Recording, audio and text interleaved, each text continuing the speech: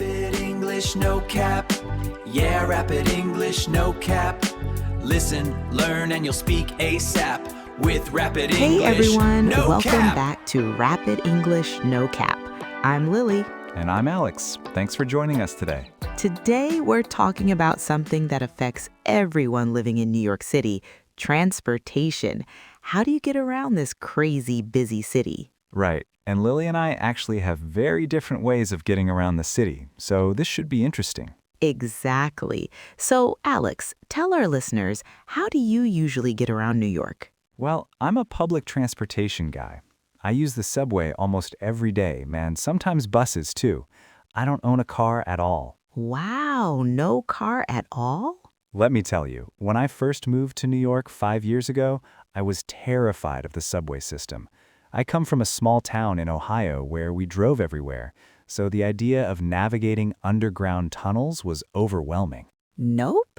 I mean, where would I park it? And the subway goes everywhere I need to go. What about you, Lily? I know you drive. Oh, I can totally relate to that. What changed your mind? Yes, I do have a car, and I love driving around the city. I know that sounds crazy to a lot of people, but I actually prefer it to taking the subway. Well, necessity, really. I got a job in Midtown Manhattan and I was living in Brooklyn at the time. The first week, I tried taking taxis everywhere, and I spent like $200 just on transportation.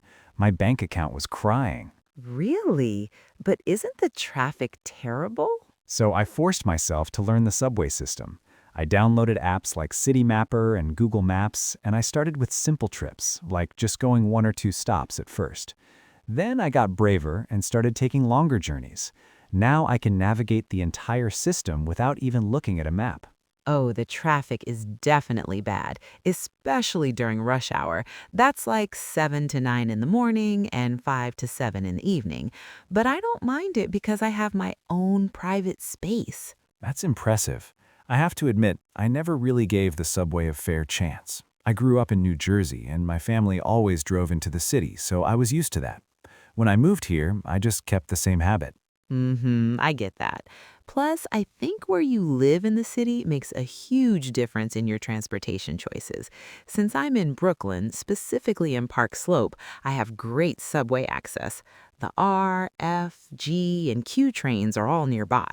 I can listen to my music, make phone calls, and I don't have to deal with crowded trains or wait for delays. That's true. I live in Queens in Astoria, and while we do have the N and W trains, sometimes the service can be unpredictable. Plus, if I need to get to certain parts of Brooklyn or the Bronx, driving is often faster than taking multiple trains. You know what's interesting? Each borough really has its own transportation personality. Manhattan is obviously the most connected. You can get almost anywhere by subway. But once you start going to the outer edges of Queens or Brooklyn or up to the Bronx, car travel becomes much more practical. Yeah, that's true. The subway can definitely get crowded, especially during rush hour. Sometimes you're packed in there like sardines. Absolutely. And Staten Island is almost impossible without a car. They have buses and the Staten Island Ferry, but if you're trying to get around the island itself, you really need your own transportation. I have friends there who say they feel trapped without a car. Like sardines. That's a funny expression. For our listeners, when we say packed like sardines, it means very crowded with no space to move. Exactly. But you know what? I still prefer the subway. Even when it's crowded, it's usually faster than driving. Plus, I can read a book or check my phone while someone else does the driving. That's a good point. And let's talk about money. The subway costs $2.90 for one ride. But Lily, how much do you spend on gas and parking? Oh, wow. Don't even get me started on parking. Parking in Manhattan can cost $20 to $40 per day.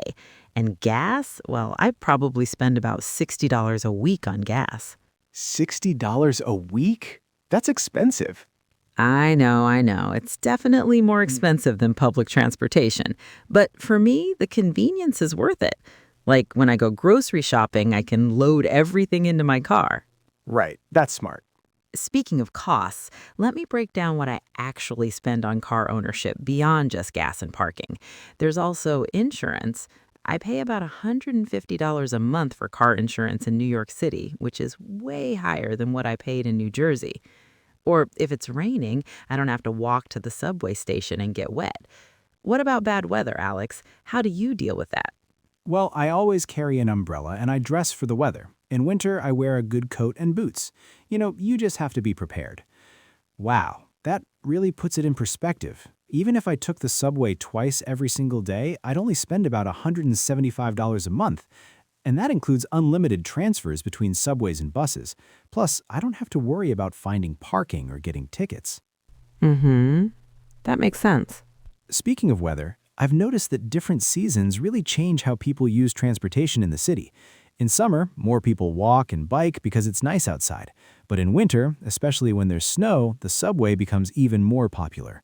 And honestly, the subway runs 24 hours a day, 7 days a week, so even if I'm out late at night, I can always get home. Oh my gosh, winter driving in New York is a whole different beast. The snow plows don't always reach every street quickly, and parking becomes even worse because of snow removal rules.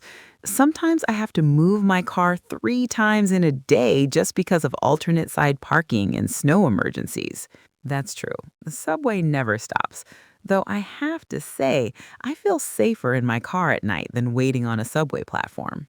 I don't envy you having to deal with alternate side parking. For our listeners who don't know, that's a New York City rule where you have to move your car to the other side of the street at certain times so they can clean the streets. And if you forget, yeah, I understand that.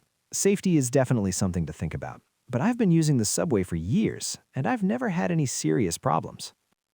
One thing we haven't talked about yet is accessibility.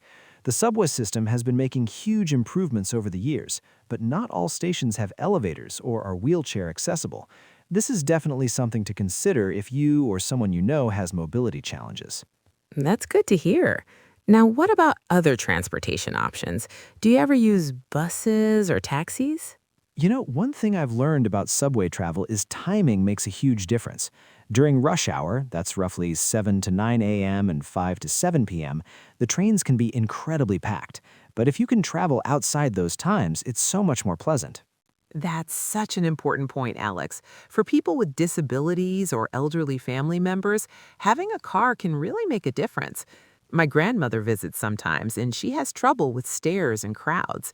When she's here, I'm so grateful I can drive her around rather than trying to navigate the subway system together.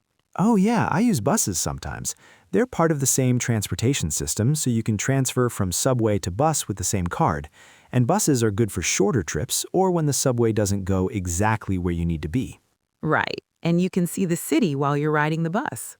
Exactly. The view is much better than underground. What about rideshare apps like Uber or Lyft? Do you ever use those instead of driving?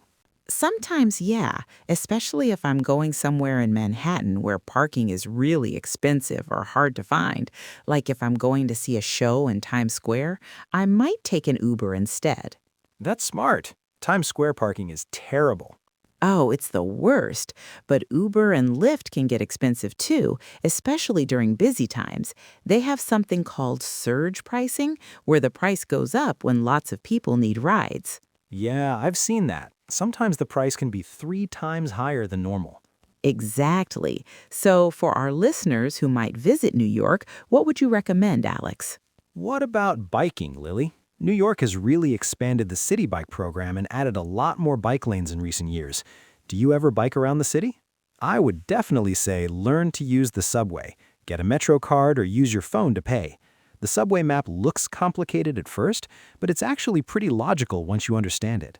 I've tried it a few times, but honestly, biking in New York City traffic makes me nervous. Those bike lanes are great, but you're still sharing the road with cars, buses, and trucks. Plus, you have to watch out for pedestrians and car doors opening. I have friends who bike everywhere and love it, but it's not for me. That's good advice. I actually do bike sometimes, especially in the summer for shorter trips.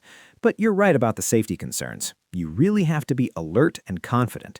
The city bike system is convenient, though. You can pick up a bike at one station and drop it off at another. It's great for those last-mile connections when the subway doesn't go exactly where you need. And don't be afraid to ask for help.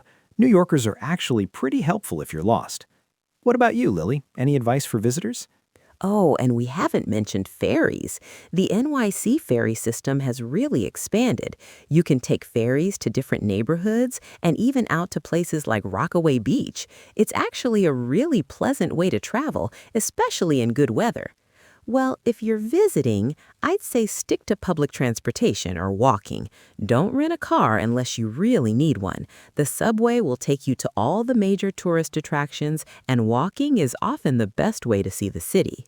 Yes, I love the ferry, especially the route that goes from Manhattan to Dumbo in Brooklyn. The views of the Manhattan skyline are incredible. It's a bit more expensive than the subway. I think it's around $4, but it's definitely worth it for the experience. Plus, it's much less crowded than the subway during rush hour. Absolutely. And New York is actually a great walking city. Many places are close together, especially in Manhattan. You know, smartphone apps have really changed how we navigate the city. I use City Mapper religiously. It tells you the fastest route, whether there are any service disruptions, and even counts your steps. It's like having a personal transportation assistant in your pocket. Right. You might think you need to take transportation, but sometimes it's faster just to walk a few blocks. And you see so much more when you walk. The street art, the food vendors, the different neighborhoods. That's true. Okay, so to wrap up, Alex loves public transportation because it's cheap, fast, and convenient. I prefer driving because I like my own space and control over my schedule. Right, and both choices have pros and cons. It really depends on your lifestyle, your budget, and what makes you comfortable.